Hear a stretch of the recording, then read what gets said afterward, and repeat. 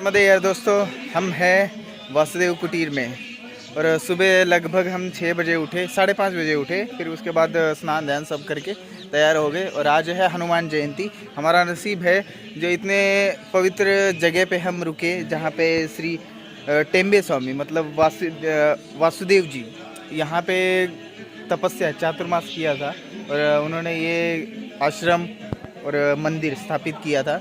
और बहुत सारी चीज़ें यहाँ पे रामेश्वर महादेव है, उनके भी दर्शन कराते हैं। चलिए उनकी कहानी, उनके दर्शन के पश्चात ही सुनाते हैं। ये देखिए बहुत सुंदर परिसर है वासुदेव कुटीर का और लोग भी बहुत अच्छे हैं इस गांव के। हनुमान जी के दर्शन कराते हैं अंदर जाके। ये अंदर का परिसर है। ये रामेश्वर जी है।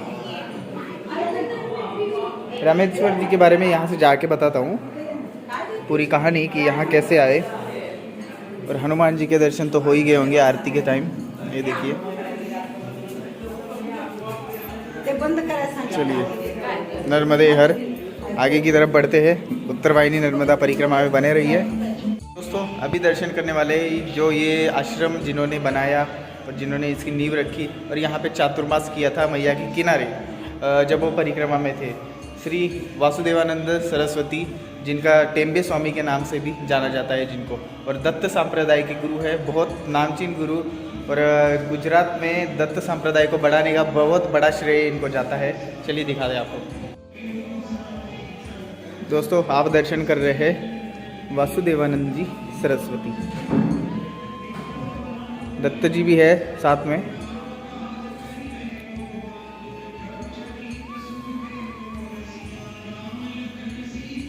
चलिए अब आगे चलते हैं।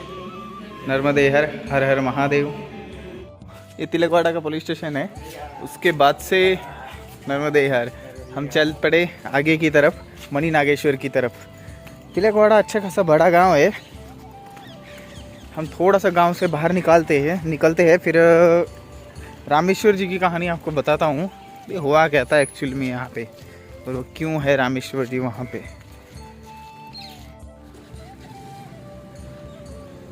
सब पंछियों का ब्रेकफास्ट चल रहा है।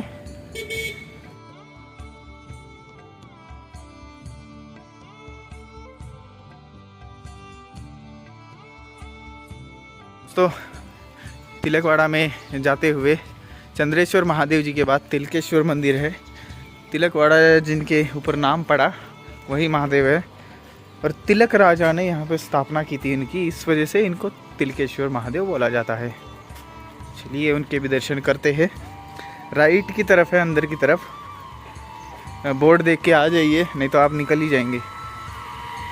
नर्मदे हर दोस्तों, हम तिलकेश्वर महादेव पहुंच गए हैं। और तीर्थ तो नहीं है ये, इसको तीर्थ नहीं कह सकते, लेकिन तिलकेश्वर महादेव जी के बारे में एक बोला जाता है कि तिल की पूजा उन जिनसे होती है वो एकमेव है यहाँ पे तिलकेश्वर महादेव। लेकिन ऐसा नहीं है। गुजरात में भरूच में है तिलेश्वर महादेव, उनकी भी तिल से पूजा की जाती है।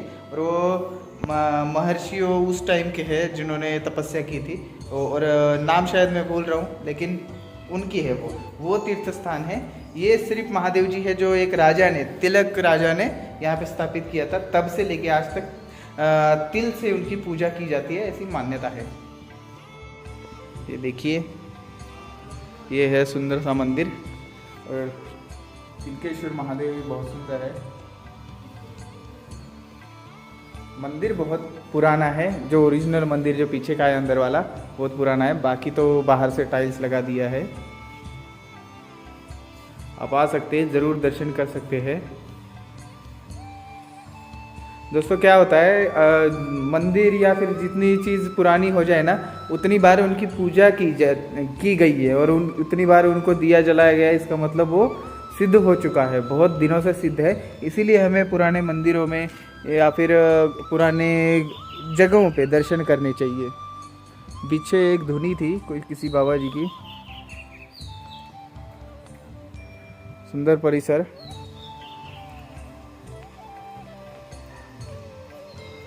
चलिए इनको भी नर्मदे हर बोलते हैं और आगे की तरफ बढ़ते हैं। दोस्तों अब हम आ गए हैं नर्मदा जी के मंदिर में, जो लगभग 230 से 250 साल का बताया जाता है। नर्मदा जी के लाइटिंग की वजह से थोड़ा सा दिक्कत हो रही है, लेकिन नर्मदा मंदिर आप ज़रूर आइए। बहुत प्राचीन नर्मदा मंदिर है तिलकवाड़ा का, और बहुत सुंदर मूर्ति। मगरमच्छ नहीं दिख रहे लेकिन उनके आभूषण। नर्मदा जी के मंदिर से आगे हम तिलकवाड़ा के पुल पे आ गए हैं। यहाँ के नर्मदा जी का नज़ारा यहाँ से बहुत अच्छा दिखता है। आगे मणि नागेश्वर है, पुल क्रॉस करते ही वहाँ पे हम परिक्रमा के दौरान रात में रुके थे। आपको याद है तो? मुझे तो अच्छी तरह से याद है, आप भी याद कर लीजिए। और बाकी दिखाते हैं। इधर से आ रही है मेन नदी, इसलिए बैक कैमरे से दिखाते हैं। ये देखिए, इस साइड से मेन नदी आ रही है, मैया इस साइड है। यहाँ पे संगम है मेन नदी का और मैया का, और यहाँ पे हमारे सूरज भगवान। पुल बनाया हुआ है मेन नदी पे, और आगे है यहाँ पे मणि नागेश्वर है। तो रामेश्वर जी वहाँ पे कैसे आए बताता हूँ। हुआ ऐसा था कि जब अयोध्या से निकले थे वनवास के लिए राम जी, सीता जी और लक्ष्मण जी, वो इस साइड आए। और उस टाइम पे जो युग था, सतयुग छोड़ के द्वापर, त्रेता और कलयुग, कलयुग का तो बात नहीं कर रहा, लेकिन द्वापर और त्रेता, इस युगों में क्या हुआ, नर्मदा जी की जो लाइन है वो पूर्व से लेके पश्चिम तक आई। पूर्व से लेके पश्चिम तक आई। पूरी जो लाइन है वो 2 भागों में बांट दिया जाता था। आर्यव्रत को, उस टाइम आर्यव्रत होता होगा नाम, लेकिन ऐसा उल्लेख है आर्यव्रत को, मतलब भारत को दक्षिण और उत्तर तट में मैया जी के इस लाइन से बांटा जाता था। और अयोध्या जी से जब चलते थे वनवास के लिए, तो उनको क्रॉस करके श्रीलंका की तरफ जाना था। और दंडकारण्य उस साइड था, चंद्रपुर, नासिक इस साइड दंडकारण्य था। तो उस दंडकारण्य में जाने के लिए वो यहाँ पर आए और यहाँ से उन्होंने क्रॉस किया था वो। और यहाँ पे शायद बाण मारा था, बाण से पुल वगैरह बना होगा, वो अलग बात है। ऐसा बोला जाता है, बाण मारा, लोकल आदमी बोलते हैं। तो पुल बनाने के लिए बाण मारा होगा, तो पुल बन गया। और ये बात है कि यहीं पे उन्होंने रामेश्वर जी की स्थापना करी, क्योंकि राम जी थे शिव जी के भक्त, तो जहाँ पे भी जाएंगे पूजा तो करेंगे ना। तो फिर इस वजह से अपना ही शिवलिंग वो स्थापित करते थे। और लास्ट, इस देश का सबसे लास्ट शिवलिंग है जो 12 ज्योतिर्लिंग में आता है, रामेश्वर, जो कन्याकुमारी में है। वो भी जब श्रीलंका के जाने से पहले उन्होंने यहाँ पे देश में भारत का लास्ट शिवलिंग वहाँ पे स्थापित करके वो श्रीलंका गए थे। और यहाँ से होते हुए गए थे, सतपुड़ा की रेंज उन्होंने यहीं से पार की थी। तो ये बात है रामेश्वर जी यहाँ आने का राज।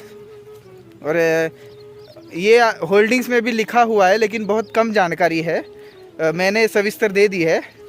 तो आके आप दर्शन कीजिए, मज़े लीजिए। नागेश्वर से पहले एक आश्रम है, ये देखिए, यहाँ पे हम चाय पी थी उस टाइम। उसके आगे मणि नागेश्वर है। दोस्तों, हम मणि नागेश्वर तीर्थ पहुँच गए हैं और गाने लगाए हुए, सॉरी यहाँ पे थोड़ा आवाज़ कट कर सकता हूँ मैं आगे की।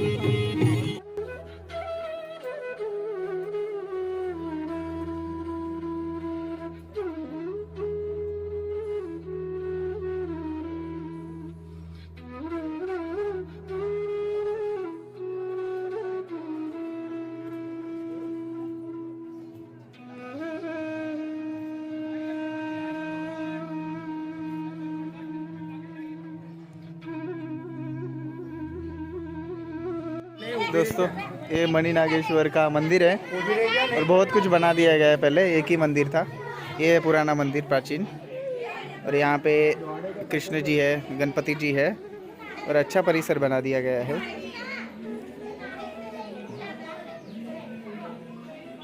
यहाँ भीड़ होने की वजह से ज़्यादा नहीं दिखा पाऊँगा। मणि नागेश्वर जी के ठीक सामने हमारे मित्र अनोखा यात्री जी, हम नाम से तो संबोधित नहीं करेंगे जी, जिससे आपकी पहचान है, आप हम मिले उससे ही। अनोखा यात्री जी, उनकी एक छोटा सा मैया की सेवा करने का एक जरिया, ऐसा बोल सकते हैं आप। देखिए, ये इत्र है और ये फ़ोटो है, उन्होंने सेल करना यहाँ पे। और ये कस्तूरी भी है, बहुत अच्छी सुगंध है, नॉर्मल सुगंध और क्लियर नेचुरल जिसको बोल सकते हैं। इन्होंने अपना ब्रांड ईजाद किया है ना, अपना ब्रांड बेच रहे हैं। और बहुत सही। आप यहाँ पे आइए तो ज़रूर लीजिए दोस्तों। और मैक्सिमम उत्तर वाहिनी में हमारे सब्सक्राइबर पहुँच रहे, तो आप यहाँ से कुछ ना कुछ तो खरीद लीजिए। मैं भी खरीद रहा हूँ, ठीक है। नर्मदे हर। तो इतने भक्तगण आ रहे हैं कि हमें भी लग रहा है कि नहीं, मैया से सब धीरे धीरे जुड़ रहे हैं। और हमें मैया से जुड़ना तो है, लेकिन उनकी स्वच्छता और उनकी पवित्रता का भी ख्याल रखना है। हम कभी भी किसी भी धर्म स्थान पर जाए तो हमें वहाँ की स्वच्छता और पवित्रता बनाए रखनी है। नर्मदे हर। तो मणि नागेश्वर से डायरेक्ट ऐसे रास्ता लगता है, बहुत सुंदर लग रहा है क्योंकि केले के पत्तों की छाँव रोड पे पड़ रही है। तो ठंडा ठंडा मौसम है और रोड ख़त्म होते ही धूप शुरू हो रही है, तो इस वजह से ठंडा अच्छा लग रहा है। लेकिन वो कुछ देर ही रहने वाला है ठंडा। और अच्छा, बाद में नानी याद आ जाने वाली है, लेकिन ठीक है, इट्स ओके। अच्छी बात है, आनंद आ रहा है। मैया की परिक्रमा कर रहे हैं हम, इसलिए आनंद है सब। और रही बात पैरों का क्या हाल होता है, तो आपको बताता हूँ। कल ज़्यादा वो लगी था, क्या बोलते हैं उसको, गर्मी लगी थी पैरों में, क्योंकि पत्थर बहुत गर्म थे और मिट्टी भी गर्म थी। इस वजह से वो लाल होने की वजह से अब ज़्यादा चुभ रहे हैं। ये रोड भी चुभ रही है। अगर आप नंगे पैर करने की सोच रहे हैं तो ये प्रॉब्लम हो सकती है। ऐसे मैं इसीलिए बता रहा हूँ, बाकी कोई बात नहीं है। चलिए आगे नीचे उतरने वाले हैं। मैया के किनारे एक मंदिर है, उनके दर्शन करके नीचे उतरेंगे, तब आपको आज के मैया के दर्शन हो जाएंगे। दोस्तों, हमने यहाँ से रोड छोड़ दिया है और हम यहाँ पे कच्चे रास्ते पे आ गया है। और यहाँ पे 3-4 ऐसे घर है जो आपको सिर्फ फिल्मों में दिखे होंगे शायद, है ना? फिल्मों में दिखते होंगे ऐसे घर है। ये देखिए ना, खंडर, और बहुत अच्छा बनाया हुआ है। अगर इसमें रहने लग जाए ना तो बहुत आनंद आएगा। और गारा और रेत इसको मिला के जो बीच की जो दरार है ईंटों की, वो भरी गई है, उसके है ये। देखिए, उधर भी 2 मकान है, इधर भी 2 मकान है। अच्छा लग रहा है। और यहीं से कच्चा रास्ता शुरू हो जाता है। मैया की तरफ हम आगे बढ़ रहे हैं। मैया हमारे राइट हैंड पे है। और यहाँ पे ऐसे छोटी छोटी कन्याएं होती है, तो आप जिसको भी कन्या पूजन करना हो ना, इन्हीं में से 9 साल से नीचे वाली कोई कन्या पूजन, मतलब पूजन भोजन आप जो करवा सके वो करवा सकते हैं। और सब कराने के बाद में दक्षिणा ज़रूर देनी है दोस्तों, चाहे आप 11 रुपये दो, चाहे 11,000 दो। तो हम अंदर की तरफ जा रहे हैं, तो बहुत सुंदर रास्ता दिखाई। देखिए, हम पहले यहाँ से गए हैं, इसलिए शायद आपको याद हो, लेकिन जो नए अपने व्यूवर्स हैं, राम राम इंडिया परिवार के सदस्य नए, उनके लिए बहुत आनंद की बात है। और मैया को जितनी बार देखो उतनी बार आनंद है। और मार्ग तो देखने के लिए और सुंदर है, अलग हर मोड़ पे अलग बदल जाता है, अच्छा लगता है। और उत्तर वाहिनी परिक्रमा में जब आ रहे हैं आप, तो यहाँ पे कोई भी दिक्कत नहीं है दोस्तों। आप बहुत सारे आपके प्रश्न होते हैं, लेकिन इतने प्रश्न की बात ही नहीं है। इतनी भीड़ चल रही है, उनके साथ भी हो लोगे तो आपकी परिक्रमा हो जाएगी। किसी को पूछने की भी ज़रूरत नहीं है, इतना मैं बता दूँ। और कोई बात नहीं होता कि आपको कोई दिक्कत हो, तो इट्स ओके ना। मैया के किनारे आके आप एक दिन दिक्कत सह लोगे तो उस दिक्कत में भी आनंद आता है यहाँ पे।